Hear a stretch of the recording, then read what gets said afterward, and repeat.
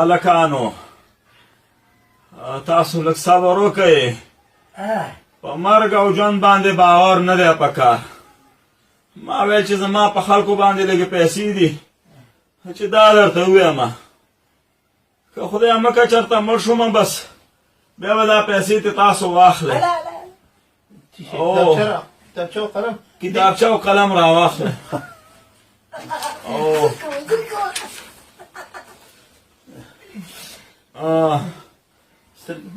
شاهد الله نجار باندې مې 50,000 روپۍ دي. شاهد الله نجار 50,000. او کلدار دي افغانۍ دي. او کلدار افغانۍ پسې ګرځي. ګل آغا ډریور باندې مې 15,000 روپۍ دي. ډاکټر والا او ډاکټر والا باندې ګل آغا ډریور.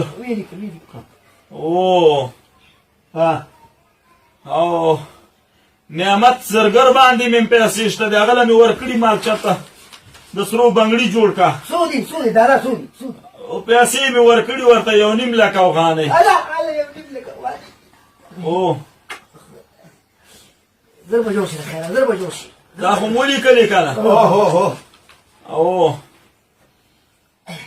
دا زرګر ژوندی دی نو خو څه مړي له مې پیسې ورکړي.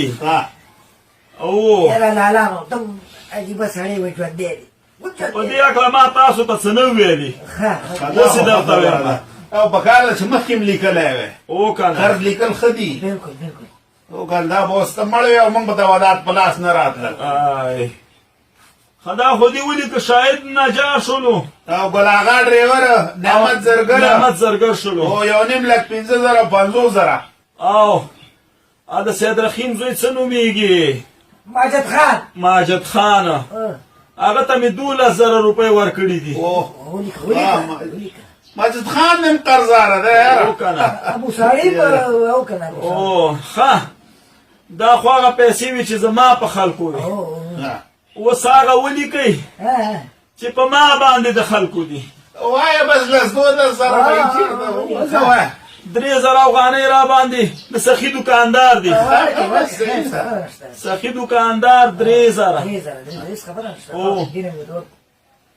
هغه تیلو پمپ والا د هغه را باندې 3,500 او 200 3,200 افغانۍ.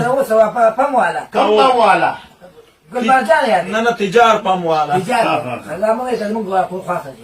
صحیح ده. 3,200 چې بیا ورته ورکړئ باور ولې نه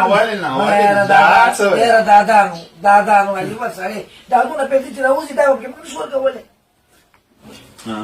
ښه لالا نور خو د چا در باندې نشته. ولې نه؟ د چا دي؟ وایي د ګلاب هم را باندې 2,20,000 روپۍ دي.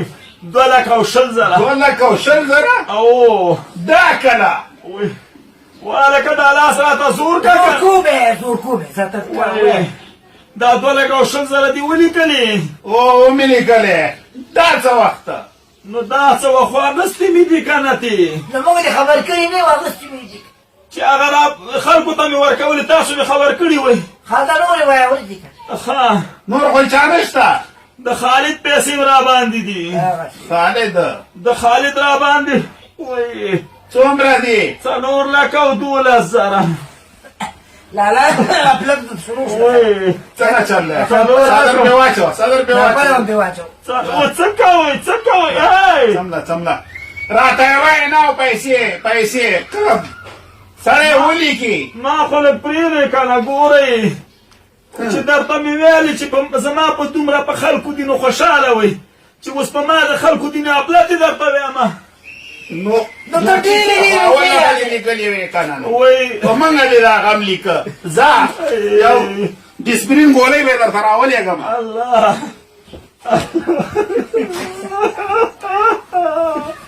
دا داسې ورونه دي چې زما پیسې په خلکو یې خوشحاله کېدله او چې په ما د خلکو دي نو خفه کېږي.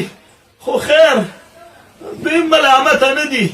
وایم چې هره معامله کوئ هر قرض کوئ چاته یې ورکوئ چا نه اخلئ خیر دی ویم خپله کوروالا کورودانې د کور خلک پې خبروي مرګ مردن باندې باور نه دی په کار ویم بیا به دا لانجې نه لکه دا زما خدایا ته راته اوس خیر پېښ کړي